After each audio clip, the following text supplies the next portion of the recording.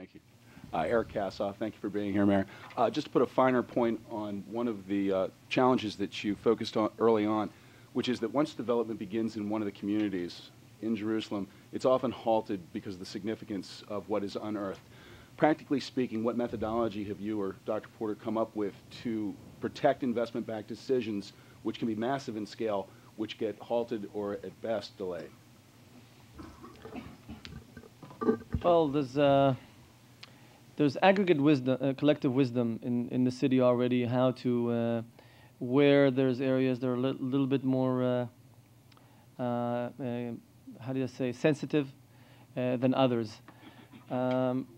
It's about the service that the municipality gives that we are now in the process of improving dramatically. People complain about the fact that it takes a long time for Arabs to get a license.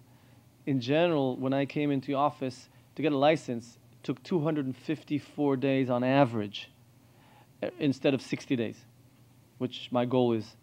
So I had to reshape the whole processes of how to become customer-centric approach, to have a one-stop shop in the municipality. We've developed a new business development arm in the city. People were just governing, not helping, not providing services. And I won't dive into all the details that may be boring, but the infrastructure in the municipality needed a big change in the way we do business. That's the main way how to help businesses overcome obstacles. The bureaucracy was terrible, and I believe we're getting out of it. That alone will solve 90% of the problems. And sometimes, you get stuck. It can happen, especially in such a city. We have to if you've got the right structure, we overcome problems. Mr. Mayor, let me just ask you on a political level. You made a rather powerful statement earlier about the sort of conventional wisdom of how to address Jerusalem in final status negotiations, namely the Clinton parameter idea of what's Arab is Arab and what's Jewish is Jewish. And I don't identify with that. No, I know. So you made a critique of this, yeah. And but you made not just a philosophical critique, but you made a practical critique that not just is it wrong, but it won't work. Now, could you explain why you think it won't work? Practically, the Pope came to Jerusalem just over a year ago, and he moved from side to side, from place to place. There's one road infrastructure, there's one public transportation, there's one governance, one police, one building and construction committee. It doesn't work if not. How do you split it? It will never work, because the core is the old city and has different elements to it, different areas of, more than that, we know from history that it doesn't work. There's not a good role model. You say, oh, this is the model I want to do. Don't invent a wheel. We don't want to invent a new wheel here. So when you zoom in and think of the practicalities you understand. The bottom up, it will never fly. It could be, in high tech, I had a big writing on the wall that for every complex problem, there's one simple wrong answer. People are trying to be creative where it's clear that cities today, cities have to be governed and managed by one management team. And everywhere you have two management teams or whatever, it just doesn't fly. I'll tell you more than that. Israel took a risk with Gaza. Went out. We thought we're doing business with the PLO. And guess what we have 2 days later? The Hamas. Now we could manage that risk in Gaza. But doing the same kind of mistake, again in Jerusalem, it's like putting a Trojan horse in the city of Jerusalem. This is a risk Israel should not and hopefully will never take. To have what has happened with Gaza in Jerusalem, and the vision I shared with you needs not to sustain the current situation, but to dramatically expand and make Jerusalem play its role in the world. It will not happen, if not all the cylinders work hand in hand to make that happen. Yes. Dan Pollock from the Zionist Organization of America. I enjoyed the talk. It was interesting. What is the attitude of your Arab constituents towards the municipal government, and to what extent do they participate in the municipal life and activity, and is that stable? Is it, are they still hoping, many of them I'm sure support a Palestinian state and a capital in East Jerusalem. How does that affect their attitude towards the municipal authorities? Yeah, it's a challenge because, when you ask the Arab Israelis what's their opinion, they want a two-state solution, but they want to stay on the Israeli side. When some people, there was lately some people say, wait, maybe some of the Arabs of Israel want to move to the Palestinian state. You know what the answer is? Clear no. Why not? Because they know it's good for them. Now, the Arabs in East Jerusalem are not exactly the same, but some of them have the same motivation, and they understand that to be part of a successful United Jerusalem, where their quality of life, and indeed, I'm serious, my will and goal and plans, and hopefully the execution, is to dramatically improve the quality of life. Some of them know exactly what's good for them.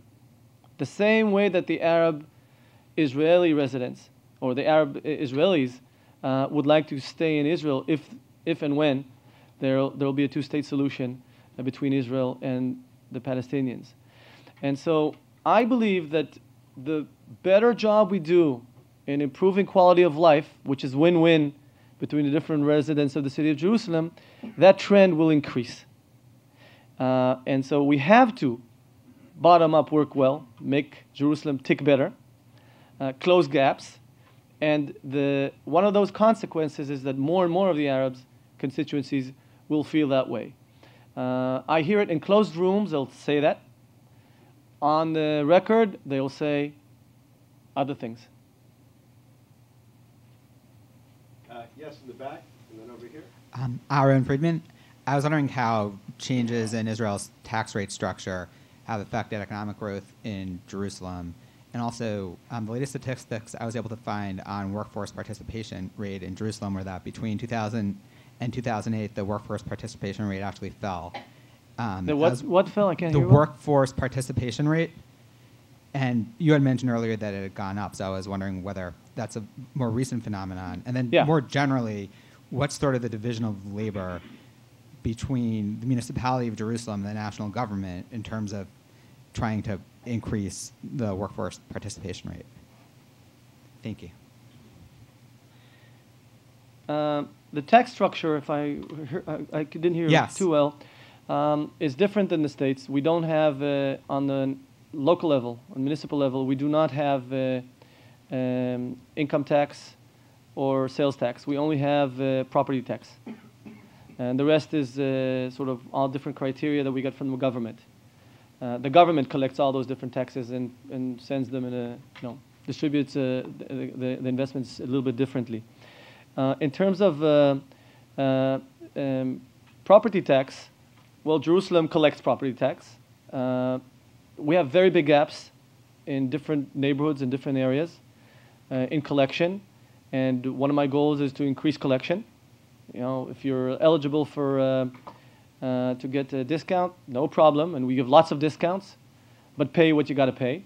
And one of the reasons we have more capital to deploy and invest in the city is because I did increase collection throughout the city.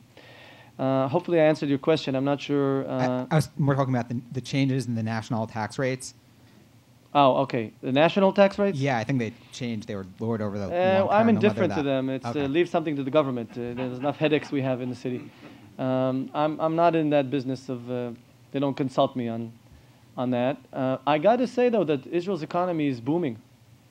We did not have a dip last year. If anything, last year I think Israeli economy grew almost double digits, or around 9%.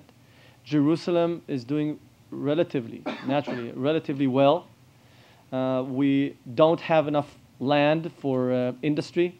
We have to build a new city, and right in the entrance of the city of 700,000 square meters. That will be 7 million square feet of office space that is now in the planning process.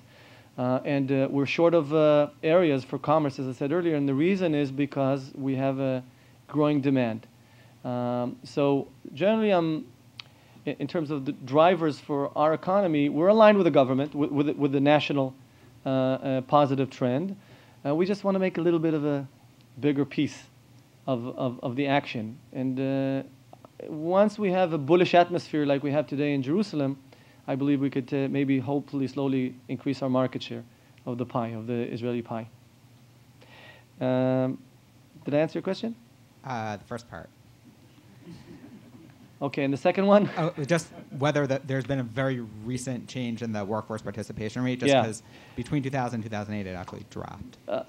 What I'm talking about is numbers that we will see next year. I know, though, I feel it, I see it, that there's a dramatic shift in Jerusalem, especially last summer. No, this is the second summer. It's actually the first summer we were able to plan, and we're now planning a much bigger season next year to scale with the opportunity of getting Jerusalem so bullish. So I believe the numbers we will see in the next reports, not the prior reports.